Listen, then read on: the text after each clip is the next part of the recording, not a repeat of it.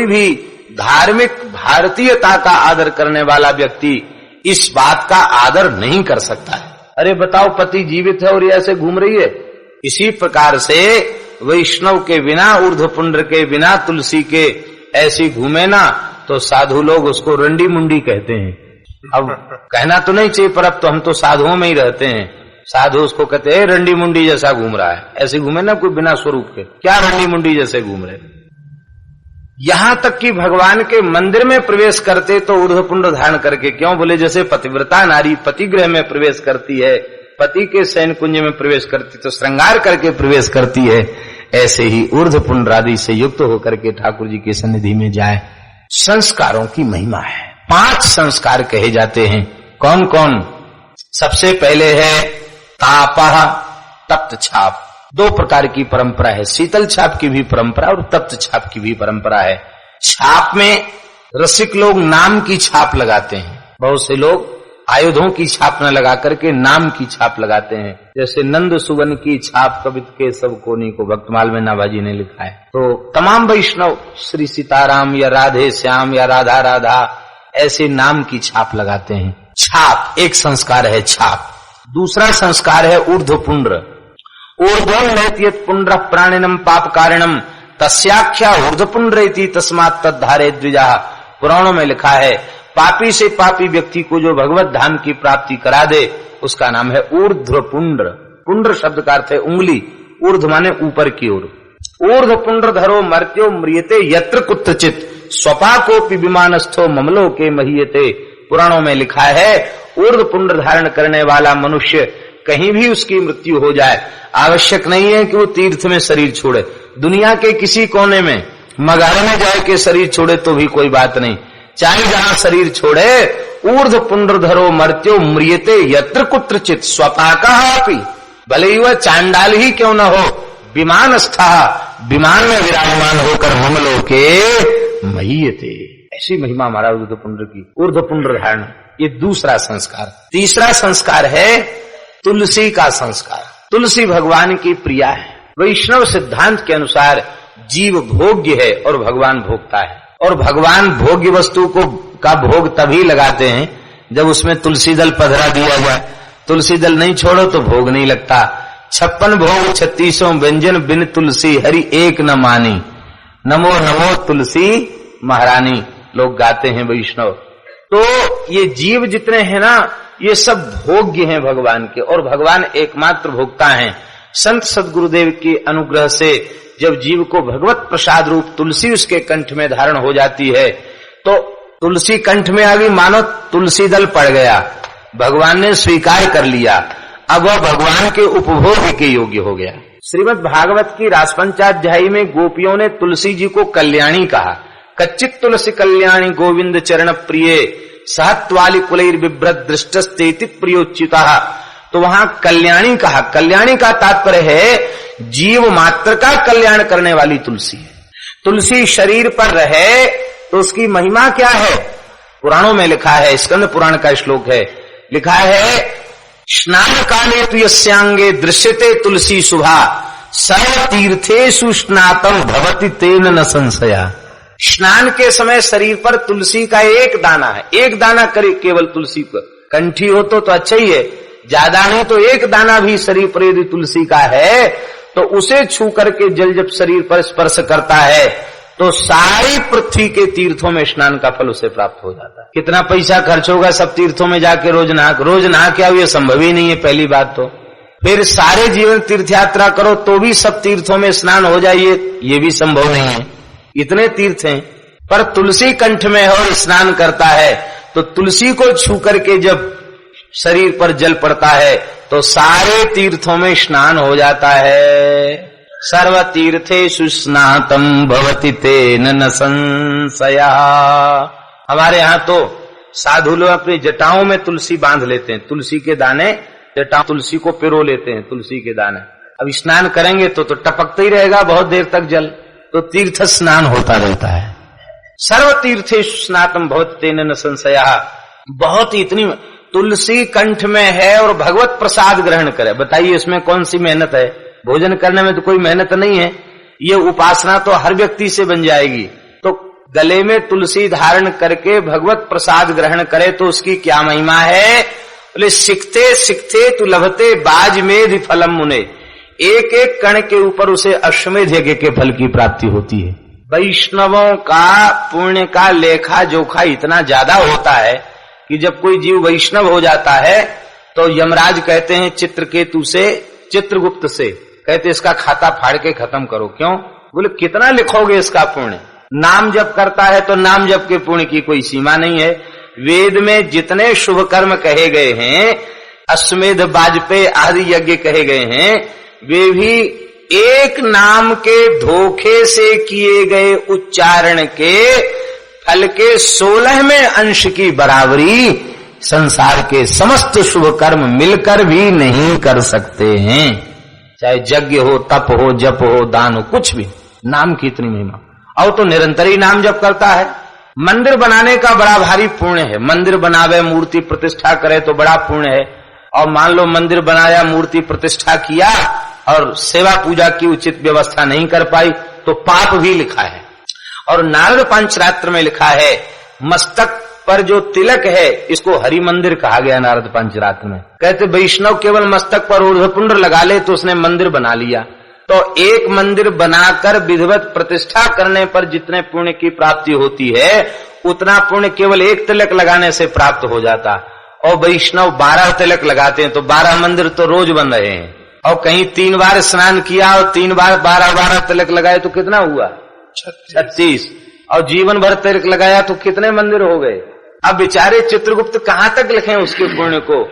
और उसको कलम तोड़ दे हैं, खाता फाड़ देते हैं, बोले खत्म करो इसका खाता। और मान लो कोई अपराध बन गया तो अरे इसके ठेकेदार भगवान है, अपराध बने तो वे चाहे क्षमा करें अथवा दंड दें। तुलसी के काष्ठ से दीपदान, तुलसी के काष्ठ से शरीर का संस्कार, इतनी महिमा है तुलसी की पुराणों में कि यदि स्मृति और पुराणों के वाक्यों का और संतों की वाणियों में जो तुलसी की महिमा है उसका संग्रह किया जाए, एक स्वतंत्र मोटा ग्रंथ तैयार हो जाएगा। तुलसी की इतनी महिमा है। तुलसी की नवधा भक्ति का वर्णन पद्म पुराण में किया गया। तुलसी की नवधा भक्ति स्वतंत्र है। या दृष्टा निखिलाग संग समनी, तुलसी जी दर्शन मात्र से सारे पापों को नष्ट कर देती हैं। या दृष्टा निखिलाग संग सम, ये पद्म पुराण का श्लोक है। या दृष्टा निखिलाग संग समनी स्पृष्टा बपुष्पावनी, स्पर्श से शरीर को पवित्र कर देती है तुलसी। तो बिना तुलसी के शरीर पवित्र नहीं होता। ये मलमूत्र का बर्तन है। बर्तन क्या कहें, मलमूत्र बनाने की फैक्ट्री है। गंदगी तैयार होती इससे, चाहे जितना धो मांजो इस साफ होता ही नहीं। कहां तक साफ होगा? सारा मलमूत्र निकल जाए तो प्राण ही निकल जाएंगे उसी के ऊपर, तो प्राण टिके हुए हैं। निर्मल नहीं हो सकता, मल तो रहेगा इसमें। तो पवित्र कैसे हो? बोले तुलसी कंठ में विराजमान हो जाए तो पवित्र हो जाए। इसीलिए रामानुज संप्रदाय में सदा सर्वदा तुलसी धारण करने की विधि नहीं है। लेकिन वहां भी मंदिर में जब वे सेवा पूजा करने प्रवेश करेंगे, यज्ञ में बैठेंगे, जप तप बैठेंगे, संध्या वंदन में बैठेंगे तो तुलसी की पंचमाला जरूर धारण कर लेंगे। हमने पूछा महाराज मंदिर में जाते तो माला क्यों? तो एक रामानुजी वैष्णव आचार्य बहुत बड़े विद्वान, उन्हीं ने बताया, बोले कंठ में तुलसी न हो और भगवत विग्रह का स्पर्श करे तो भगवान के विग्रह को खंडित करने का अपराध लगता है। बिना गले में तुलसी धारण किए भगवान की सेवा पूजा करने का भी अधिकार नहीं। तुलसी की बहुत बड़ी महिमा, बहुत बड़ी। कहा था तीसरा संस्कार है तुलसी। तुलसी गले में धारण करे, इसी कंठ में धारण करने के बाद फिर एक क्षण के लिए भी उसका परित्याग न करे। तुलसी में अशौच नहीं लगता, न जातक सूतक लगता है, न मृतक सूतक लगता है। पुराण वचन है, नाशौचम विद्यते तस्या यतस्सा ब्रह्मरूपिणी। तुलसी ब्रह्मरूपिणी है इसलिए उसमें अशौच लगता नहीं। चाहे किसी के संस्कार में चले जाओ, तुलसी की कंठी, जनेऊ बदलना पड़ेगा पर तुलसी की कंठी बदलनी नहीं पड़ेगी। नाशौचम विद्यते तस्या यतस्सा ब्रह्मरूपिणी। तुलसी कैसे धारण करनी चाहिए? बोले यज्ञोपवीतवद्धार्या कंठे तुलसी मालिका क्षणार्धम तद्विहीनोपि विष्णुद्रोही भवेन्नरः। जैसे ब्राह्मण को सदा यज्ञोपवीत धारण करना चाहिए, एक क्षण के लिए भी जनेऊ से अलग नहीं होना चाहिए। किन्हीं महान भाव के संबंध में हमने सुना कि जनेऊ टूट गया तो तब जब तक दूसरा जनेऊ नहीं उन्होंने पहना तब तक वे बोले ही नहीं, वहां से आगे वे बढ़े ही नहीं। ऐसी निष्ठा ब्राह्मणों की जनेऊ में हुआ करती थी। ऐसे ही वैष्णव की तुलसी में निष्ठा होनी चाहिए। कथनचित तुलसी की कंठी टूट जाए तो जब तक दूसरी कंठी धारण न करे तब तक चले नहीं, फिरे नहीं, बोले नहीं, खाए नहीं, पिए नहीं। आप लोगों को तो बड़ी समस्या होगी, कहीं बाहर टूट गई तो जैसे आप आवश्यक दवाई गोली साथ लेके चलते हो, ऐसी भगवान को निवेदित 2-4 तुलसी की कंठी भी कोई भी वैष्णव साधु देखोगे तो उसके झोली में और कुछ होए न होए गोपी चंदन श्री और तुलसी के 2-4 दाने जरूर पड़े हों। तुलसी सदा रहनी चाहिए, तुलसी से एक क्षण अलग न हो। कितनी पद्धतियां। आपने मामा जी का दर्शन किया, खूब दर्शन किया, उनकी वाणी का लाभ सुना। मामा जी कान में तुलसी के कुंडल पहनते थे, दर्शन किए। पुराने संत कान में तुलसी का कुंडल पहन लेते हैं, कंठी तो टूट जाएगी पर कान में कुंडल के रूप में तुलसी वो कहां टूट के जाएगी। जटाओं में तुलसी के मनिया पिरोए हुए वो टूट के कहां जाएंगे, जल्दी टूट के कहीं जाएंगे नहीं, बिखरेंगे नहीं। तुलसी का संपर्क शरीर पर सदा बना है। तीसरा संस्कार, कितने हो गए? 3 हो गए ना। ऊर्ध्वपुंड्र, पहले छाप, फिर ऊर्ध्वपुंड्र और तुलसी। चौथा संस्कार है दाशांत नाम का संस्कार। गृहस्थ और विरक्तों का तो नाम सर्वथा ही बदल दिया जाता। गृहस्थों में जो आपका नाम प्रचलित है वो चले लोक व्यवहार में, किंतु हम भजन के समय जब बैठे, आराधना उपासना के काल में जब हम हों, अथवा किसी संत महापुरुष के चरण में बैठे हों और वे पूछे आपका परिचय क्या है, आपका नाम क्या है, तो गुरु प्रदत्त नाम ही उनके चरणों में बोलना चाहिए। दासांत नाम। दासांत या तो किसी भगवत संबंधी नाम हो अथवा भागवत संबंधी नाम हो। प्रहलाद दास, ध्रुव दास, अम्बरीश दास, दशरथ दास, नंद दास, ये भागवत दाशांत नाम है।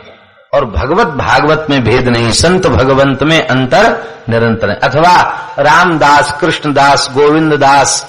महाराज जी की एक बात याद आ गई।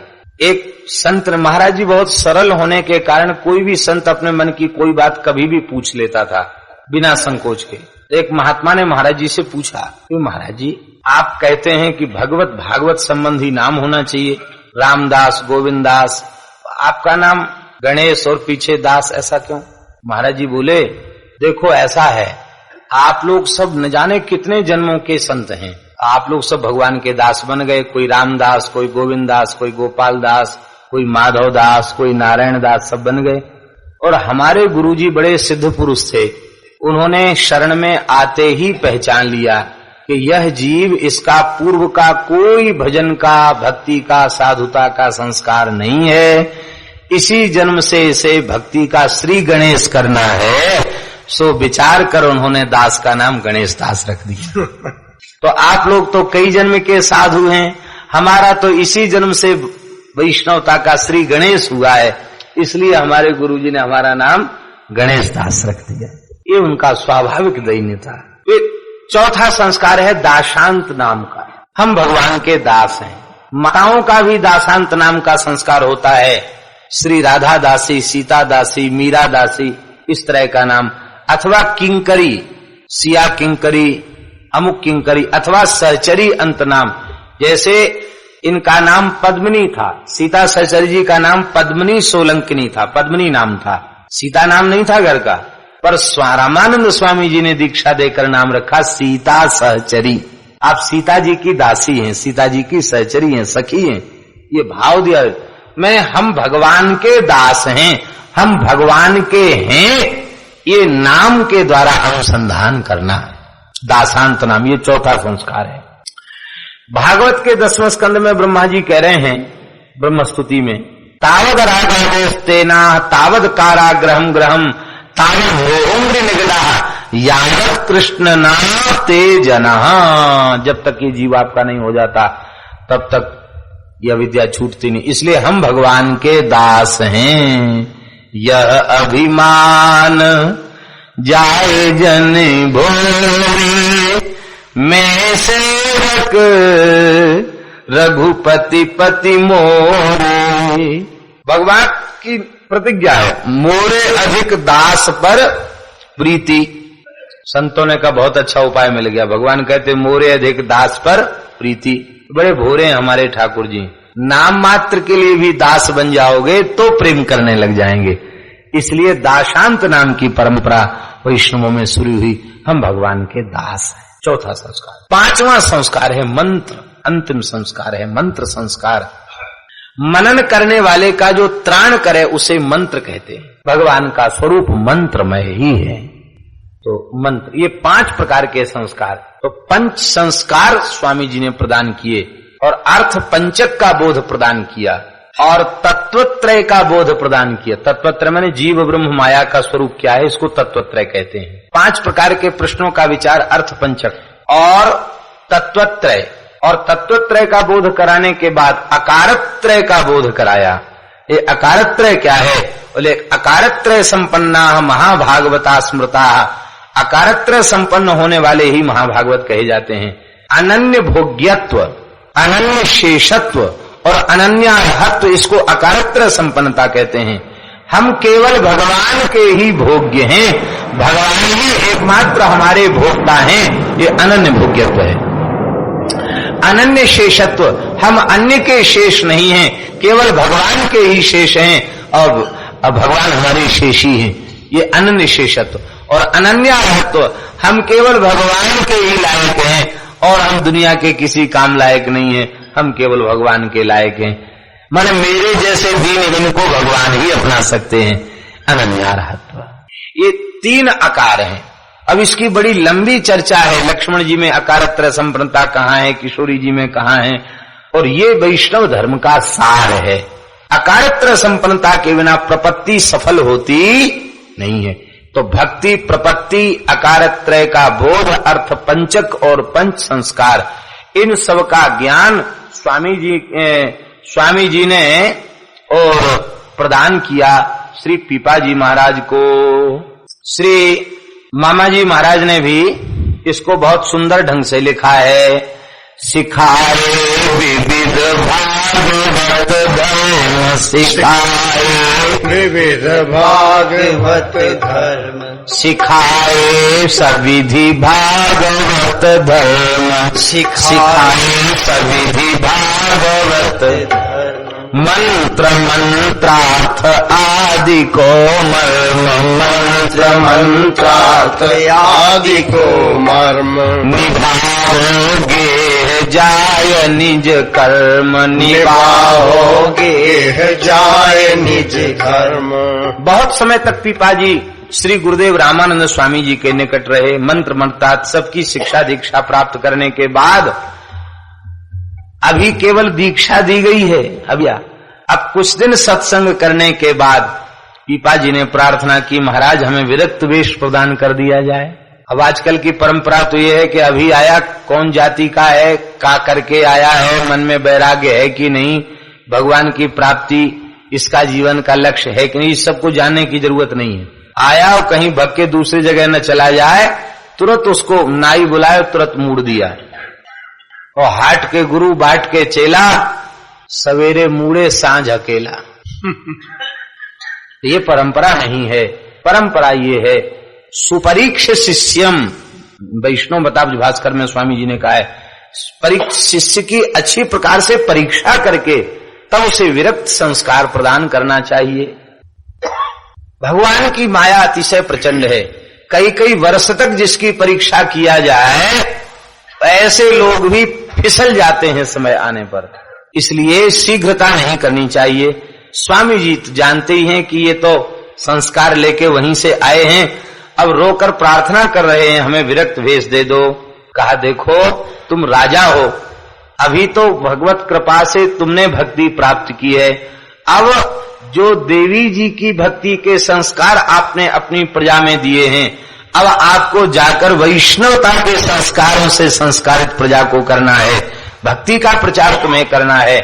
और नहीं तो भागवत के 4थे स्कंद में लिखा है, पृथु जी महाराज कह रहे हैं, राजा प्रजा से कर लेता है किंतु उसे भागवत धर्म की शिक्षा नहीं देता, परम धर्म की शिक्षा नहीं देता, तो प्रजाया शमलम भुंगते, प्रजा के पाप उस राजा को भोगने पड़ते हैं। तुम राजा हो, इसलिए अब भागवत धर्म की ध्वजा को गागरगढ़ में भी फहराना है। इसलिए तुम जाओ और जाकर के वहां भागवत धर्म का प्रचार करो। सुनते ही पीपाजी को गुरुदेव का विरह व्याप्त हो गया, पर आज्ञा समन सुसाहिब सेवा, आज्ञा का पालन करना ही सेवक का धर्म है। कहा गुरुदेव आपकी आज्ञा है तो जा तो रहा हूं, पर एक आशा लेकर, आपको सपरिकर गागरोनगढ़ पधारना होगा। स्वामी जी मुस्कुराए। अवधि क्या होगी?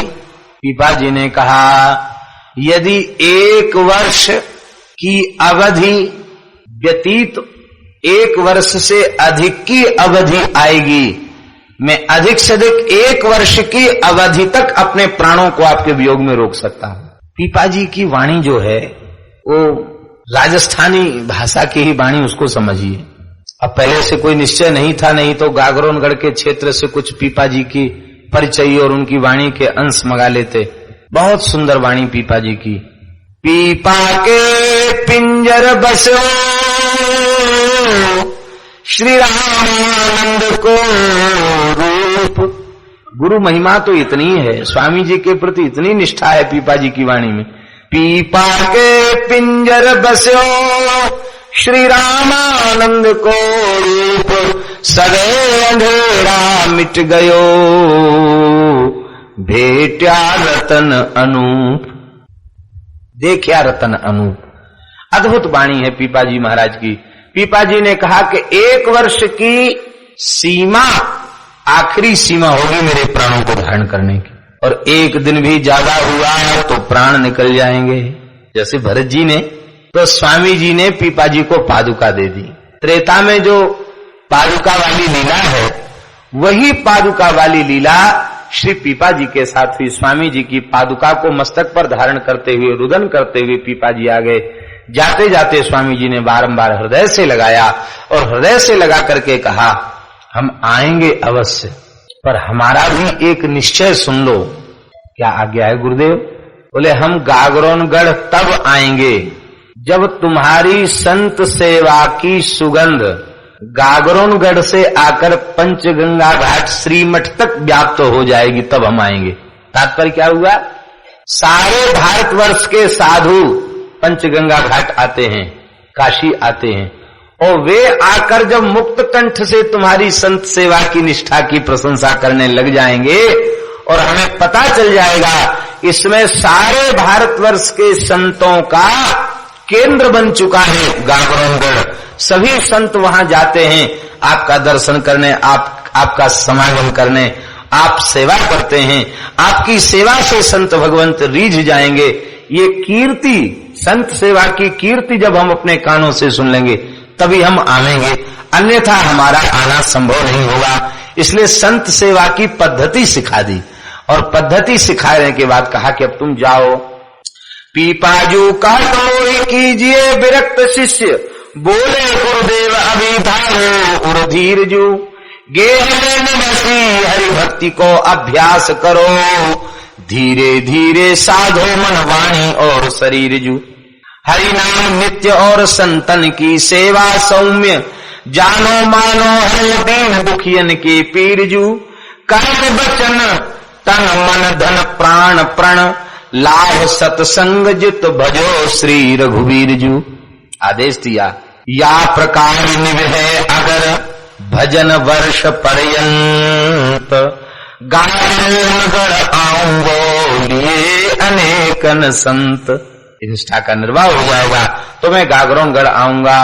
लखी के सफल प्रयत्न गे लूंगा तुरंत निकाल, लखे सफल प्रयत्न गेहते लूंगा तुरंत निकाल, गेहते लूंगा तुरंत निकाल, गेहते लूंगा तुरंत निकाल, गेहते लूंगा तुरंत निकाल, गेहते लूंगा तुरंत निकाल। पीपा संत और सीता सचर की लीला अपरंपार, पीपा संत और सीता सहचर की लीला अपरंपार।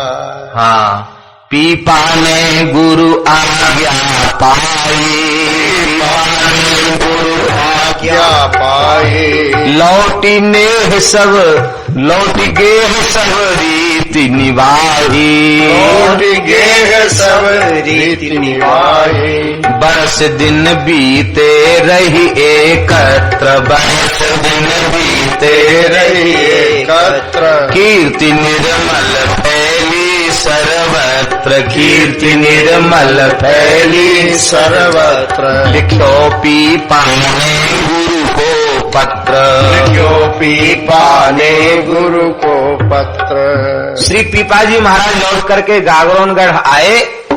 अब तो द्वादश तिलक धारण करते हैं, भजन में लगे रहते हैं, अपने हाथ से ठाकुर जी की अष्टयाम सेवा करते हैं और श्रद्धावान सेवकों को गागरोनगढ़ की सीमा में नियुक्त कर दिया।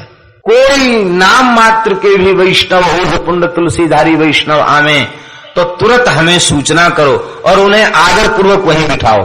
तो संतों का की अगवानी करने वहां चौकी तक पीपाजी जाते, साष्टांग प्रणाम करते और जय जयकार करते, उनको महल में ले आते। इस तरह का भाव। पीपाजी की संत सेवा बड़ी अद्भुत संत सेवा है। सारी धरती पर पीपाजी की संत सेवा की कीर्ति फैल गई। ये संत जो है ना, इनसे अच्छा प्रचारक साधु और ब्राह्मण, इनसे श्रेष्ठ प्रचारक भगवान ने कोई रचा ही नहीं। और एक बात और समझ लीजिए, इनसे भारी दुष्प्रचारक और भी कोई दूसरा नहीं। हाँ, जब तक ये अनुकूल रहे तब तक तो बढ़िया प्रचार करेंगे, और थोड़ा सा भी इनको खिजा दिया तो असुर सुरा विशंकर ही आप रमामणि चारु, सदा कपट व्यवहार, भले भवन अब बायन दीना, ले बहुगे फल जो तुम कीना, दई हूं श्राप की मरी हूं जाई, जगत मोर उपहास कराई। अब तक तुम्हारा प्रचार किया, अब दुष्प्रचार पर उतरूंगा तो दूध का दूध, पी का पानी कर दूंगा। महाराज इसलिए ठाकुर जी संभाल के रखते हैं इनको, ये कहीं बिगड़ न जाए। बहुत बड़ा प्रचार होता है। उदाहरण आपको बताएं,